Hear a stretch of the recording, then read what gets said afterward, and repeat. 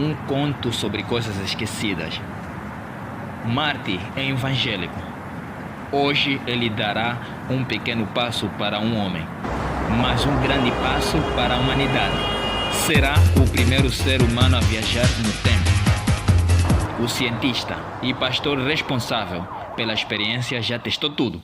Primeiro, ele enviou seu cachorro, Calvino, que voltou são e salvo. Agora enviará o jovem explorador para o tempo da igreja primitiva. E quando Marty voltar para o futuro, será lindo ver os seus registros da vida dos primeiros cristãos, antes que a Igreja Católica começasse a deturpar a doutrina de Jesus. É cristianismo puro na veia. Tudo pronto? E lá vai ele. 3, 2, 1... Go, go, go! Vai, varão! E Marty chega a Corinto do século II. Esperto e comunicativo, logo faz amizade com os irmãozinhos.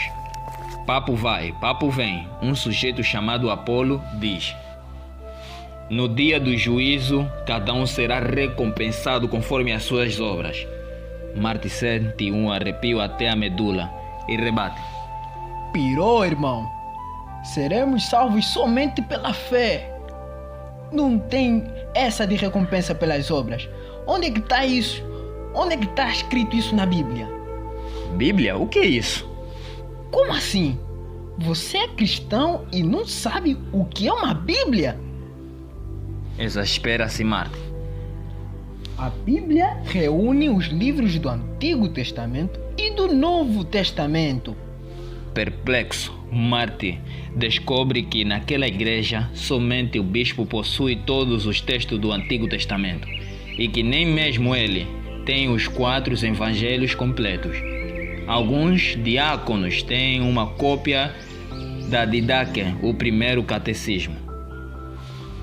É por isso que você está falando besteira, Apolo. Você não lê a Bíblia. Isso não está escrito na Bíblia. Eu só sei que o bispo ensinou isso para nós. Isso basta, responde Apolo. Ele até falou que leu numa carta de São Paulo aos Romanos. Marty coloca a mão no peito e solta um doido lamento. Sem a Bíblia, um cristão não pode viver. Ai, meu coração. Por fim, os coríntios entendem que a tal Bíblia de que Marty tanto fala é a biblioteca onde o bispo mantém os textos sagrados. Então, levam-no à casa do homem. Chegando lá, Dom Dionísio lhe dá um abraço caloroso, o que não o livra de receber um pito.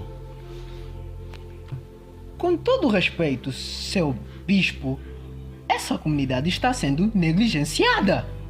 Cada cristão deveria ter uma Bíblia. Protesta Marty. O bispo conclui que Marty tem algum problema e releva as suas palavras. Como um homem sábio, ele jamais contrariava os doidos. Meu jovem, tens razão.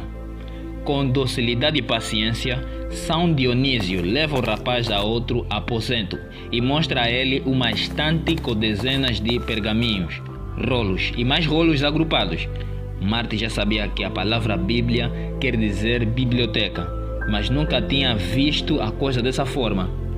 Eis aí a tua amada Bíblia, diz o bispo. Marty fica impressionado com a imagem da biblioteca. Agora eu te peço que me ajude a produzir cópias dessa biblioteca para todos os irmãos de nossa comunidade, prosseguiu o bispo. Primeiro, você deve providenciar uma enorme quantidade de pergaminho. Nesse ponto, Marty se dá conta de que, mesmo que matasse toda a população de cabras, carneiros e bodes da região, não teria couro suficiente para curtir e produzir todo o pergaminho de que precisava. E nem em 500 anos conseguiria fazer Bíblia para tanta gente se tivesse de copiar tudo à mão. Não dava para topar aquele desafio. Challenge denied. Marty disfarça dizendo que está atrasado para um compromisso. Incorpora o caboclo de Michael Jackson e faz um moonwalk. retornando de fininho para a máquina do tempo. Ao visitar outras comunidades cristãs primitivas, os Gálatas, os Romanos, os Filipenses, os Esmirnenses, etc., ele verifica que a situação em que vive é similar à da população de Coríntio e que não se alterou em quase nada por mais de 1000 anos. A leitura da Bíblia pelos cristãos comuns só começou a se difundir com o aumento do índice de alfabetização e com a invenção da prensa móvel. Depois dessa maratona, Marty se dá por satisfeito. Já deu, fui. De volta para o futuro, ele produz um relatório detalhado de sua experiência, conforme o pastor havia pedido. Na conclusão do documento, pontua: Primeiro, pouquíssimos cristãos primitivos liam os textos da Bíblia. Segundo, o conhecimento da palavra de Deus e a sua vontade não se dava pela leitura da Bíblia, mas pelo acolhimento do ensinamento transmitido.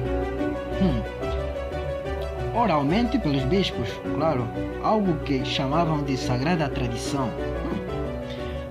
A ideia da Bíblia como autoridade, terceiro ponto,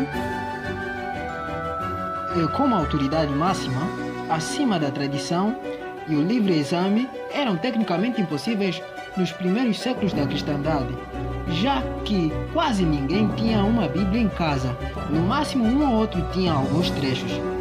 E quarto ponto, a falta de leitura da Bíblia não impediu que uma multidão de cristãos se santificasse, chegando mesmo a derramar seu sangue pela fé. Incrível! Terminando de ler o relatório, o pastor e cientista fica alguns minutos em silêncio. Os dois ficam em silêncio. Após certa reflexão, coloca uns óculos escuros, pega um estranho cilindro e dispara um raio em direção a Marty, que imediatamente esquece tudo o que viu.